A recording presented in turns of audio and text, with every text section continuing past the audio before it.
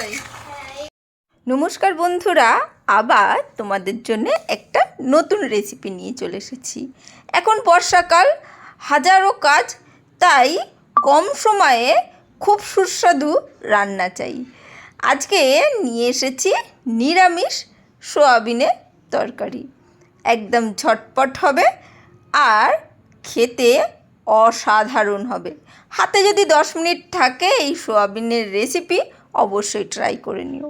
চলো, সোয়াবিনের জন্যে তো অবশ্যই সোয়াবিন লাগছে, তাই আজকের হিরো সোয়াবিনকে আমরা একটু গরম জল দিয়ে ভিজিয়ে রেখে দিলাম। চলো এদিকে সোয়াবিনটা ভিজে যাক আর ওইদিকে তোড়জোড়টা করে ফেলি। এখানে দেখো আমি আলু নিয়েছি, আস্ত আলুই ভালো করে ধুয়ে নিয়েছি, একটু জলে ভিজিয়ে রেখেছি। আলুটার মানে ধোয়াটা দেখালাম না, ধোয়া দেখাতে গেলে অনেকটা সময় লেগে যাবে। আলুটাকে খুব ভালো করে ধুয়ে নিতে হবে, খোসা সমেত আলু।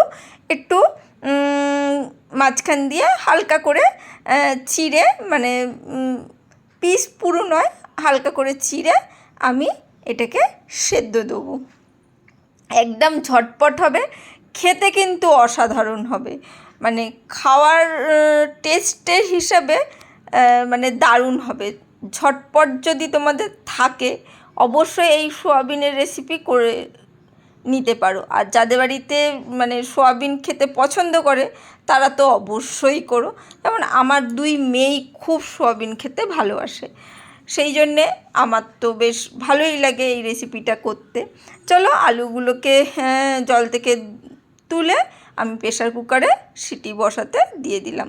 একটু বেশি সিটি পড়ে গেছিলো, একটু বেশি সেদ্ধ হয়ে গেছিলো, তাতেও কোনো অসুবিধে নেই।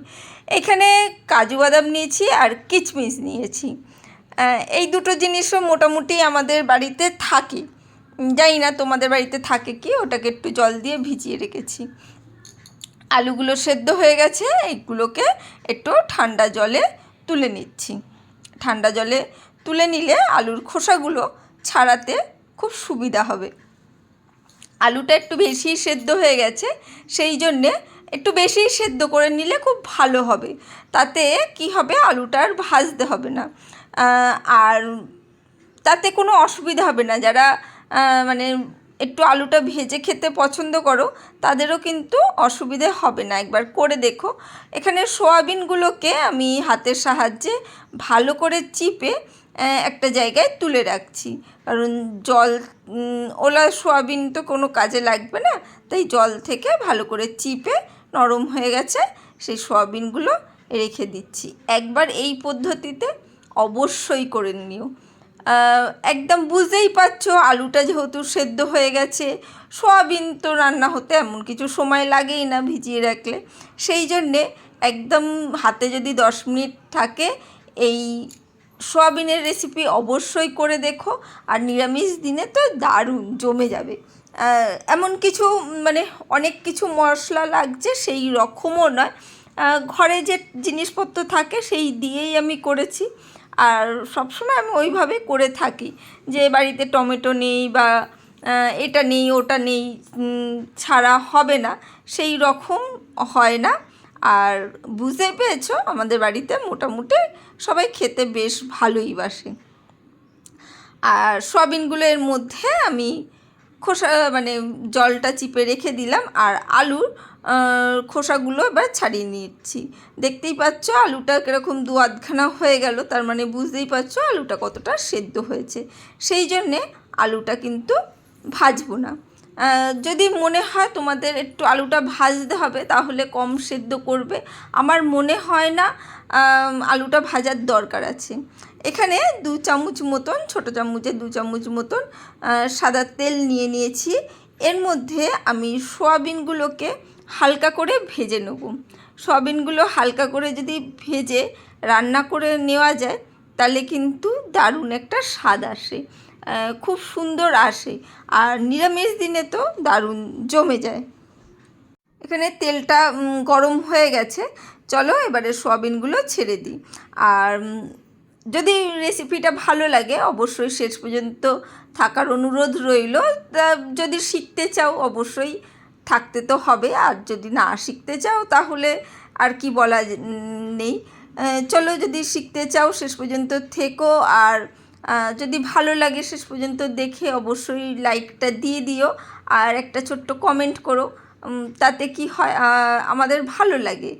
নিত্যদিন তো প্রচুর খাটনি করে রেসিপিগুলো আমরা সবাই দিয়ে থাকি, আর জানি সবারই আলাদা আলাদা পছন্দ থাকে, আলাদা আলাদা চয়েস থাকে, সবাই সবার মতন করে করি। সেই জন্যে প্রত্যেকটা দেখে যদি আমরা করি সেই জিনিসটা কিন্তু আলাদাই হয়। সবসময় একঘেয়ে খাওয়ার খেয়ে অভ্যস্ত হলে তো হয় না। চলো, ওইদিকে সয়াবিনগুলো বেশ সুন্দর করে আমরা ভেজে নিচ্ছি। একটু সময় ধরে ভাজবে। আর এখানে কাজু কিশমিশগুলো আমি জল থেকে তুলে মিক্সারের মধ্যে দিয়ে দিলাম, একটু জল দিয়ে দিলাম, একটু পেস্টটা সুবিধা হবে। আর এর মধ্যে আমি দেবো একটু কাসুরি মেথি। যে কাসুরি মেথি আমরা খাবারে গুঁড়ো ব্যবহার করি, সেইটাই আমরা এর মধ্যে মানে এমনিই দিয়ে দেবো, কোনো কিছু আলাদা করে দিচ্ছি না, কিন্তু ওর মধ্যে একসাথে পেস্ট করে নেব। অবশ্যই করে দেখো, ভালো লাগবে। আর মিক্সির বাটিটাও ধুয়ে আমি ভালো করে ওই মিক্সির মানে যে কাজু কিশমিশ আর কাসুরি মেথি একসাথে পেস্ট করেছি তার মধ্যেই কিন্তু ওই জলটা দিয়ে দিচ্ছি। জলটা দিচ্ছি কারণ আছে, এর মধ্যে আমি একটু হলুদ গুঁড়ো দিয়ে দেবো, একটু লঙ্কার গুঁড়ো, আর চাইলে একটু কাশ্মীরি লঙ্কার গুঁড়ো দেবে। দেখবে অবশ্যই কালারটা, তো নিরামিষ পদ হলেও কালারটা তো ভালো আসতে হবে, তাই কাশ্মীরি লঙ্কার গুঁড়োটা দেবে। আর একটু লঙ্কার গুঁড়ো চাইলে তুমি দিতে পারো। আমি তো জানোই বেশিরভাগ কমই ব্যবহার করি, থাকে যখন তখনই করি, না থাকলে আমি করি না। কাশ্মীরি লঙ্কার গুঁড়োটা এনে রাখি। আর এইখানে একটু জিরের গুঁড়ো দিয়ে দিলাম, ওই প্যাকেটের যে জিরের গুঁড়ো পাওয়া যায় সেই জিরের গুঁড়ো। এটাকে ভালো করে চামচের সাহায্যে শুকনো মশলাটাকে এই কাজু কিশমিশ আর কাসুরি মেথির মধ্যে ভালো করে কিন্তু মিশিয়ে রেখে দেবো, একদম সুন্দর করে মিশিয়ে রেখে দেবো। ওইদিকে কিন্তু সয়াবিনগুলো ভাজা হচ্ছে, অবশ্যই মিডিয়াম ফ্লেম রেখে ভাজছি, না হলে পুড়ে যাবে সয়াবিনগুলো। আর সয়াবিনগুলো ওইভাবে ভাজার জন্যে সয়াবিনগুলো কিন্তু দারুণ খেতে হয়েছিল, মানে নিরামিষ হলেও কি হবে, খুব সুস্বাদু হয়েছিল। দেখো বেশ সুন্দর করে সয়াবিনগুলো ভাজা হয়ে গেছে। আমি এবার চলো তুলে নিই।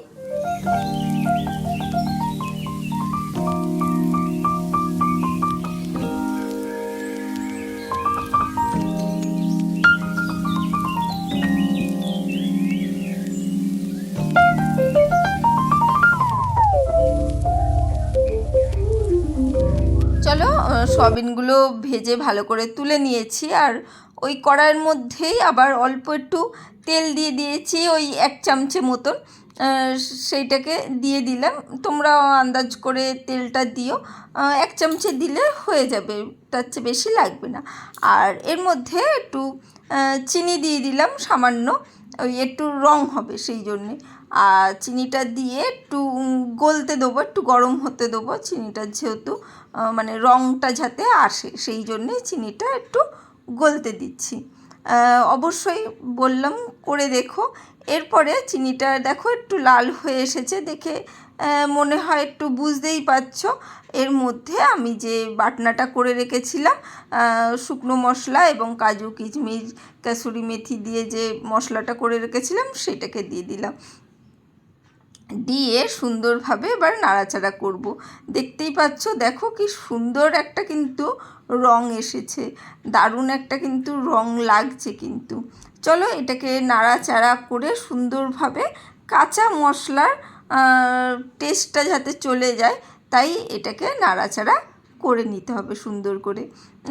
মিডিয়াম ফ্লেমেই করবে, খুব হাইতে দিলে কি হবে, ফটফট করে ছিটকাবে চারিদিকে, হাতে মুখে লাগতে পারে, তাতে ফোসকাও পড়ে যেতে পারে, খুব অসুবিধে হতে পারে। সেই জন্যে মিডিয়াম ফ্লেম রেখে মশলাটা কষিয়ে নেবে সুন্দর করে।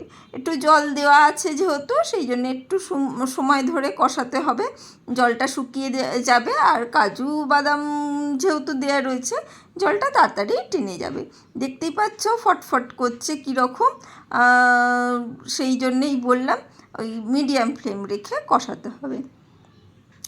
আশা করি রেসিপিটা ভালো লাগছে, আর এর আগেও যারা রেসিপি দেখেছো ভালোই লাগে নিশ্চয়ই। আর যাদের সাবস্ক্রাইব করা নেই চ্যানেলটা, অবশ্যই সেই সব বন্ধুদের কাছে অনুরোধ রইল একটু সাবস্ক্রাইব করে নেবে। আর এর মধ্যে আমি এবারে সেদ্ধ আলুগুলো দিয়ে দেবো। যে আলুগুলো সেদ্ধ করে মানে খোসা ছাড়িয়ে রেখেছিলাম, আলুগুলো কিন্তু 2-8খানাই করা হয়েছে, তার চেয়ে বেশি আর ছোট করিনি, বড় বড়ই আলু থাকবে। আর ওই ছোট ছোট সয়াবিন, দারুণ মানে খেতে লাগবে কিন্তু। আর একটু লবণ দিয়ে দিলাম এখন, তাহলে কি হবে, আলুর ভেতরে লবণটা চলে যাবে, তাই লবণটা দিয়ে দিলাম। আর দেখো মশলাটার জলটা কতটা শুকিয়ে এসেছে। একটু ভালো করে নাড়াচাড়া করে নেব আলুর সাথে, তারপরে আমি সয়াবিন দেবো। আগে আলুর সাথে একটু নাড়াচাড়া করে নেব, করে নিয়ে এই যে সয়াবিনগুলো ঢেলে দিলাম, ভাজা সয়াবিনগুলো। এরপরে সয়াবিন আলু সুন্দরভাবে মিডিয়াম টু লো ফ্লেমে ভালো করে কষিয়ে নেব, একদম সুন্দরভাবে কষিয়ে নেব। নিরামিষ দিনে এইরকম সয়াবিনের তরকারি অবশ্যই করে দেখো। দেখতেই পেলে তো এমন কিছু কিন্তু মানে পরিশ্রম নেই, খুব তাড়াতাড়ি হয়ে যাবে, আর একদম এক কথায় অসাধারণ হবে। মাত্র হাতে যদি 10 মিনিট থাকে, তোমরা এইভাবে সয়াবিন আলুর তরকারি করে দেখো, নিরামিষ তরকারি দারুণ জমে যাবে। এরপরে হালকা করে একটু গরম জল দিয়ে দিচ্ছি। অবশ্যই গ্রেভিটা তোমাদের আন্দাজ অনুসারে রাখবে।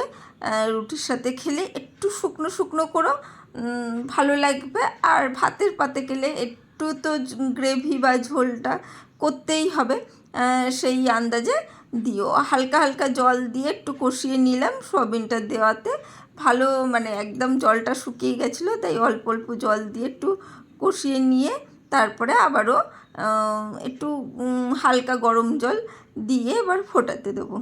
একটু চাপা দিয়ে ফুটিয়ে নেবো, যাতে আলু আর সয়াবিনের মধ্যে মানে রসটা খুব ভালো করে ঢুকে যায়, সেই জন্যে একটু চাপা দিয়ে রাখবো কিন্তু।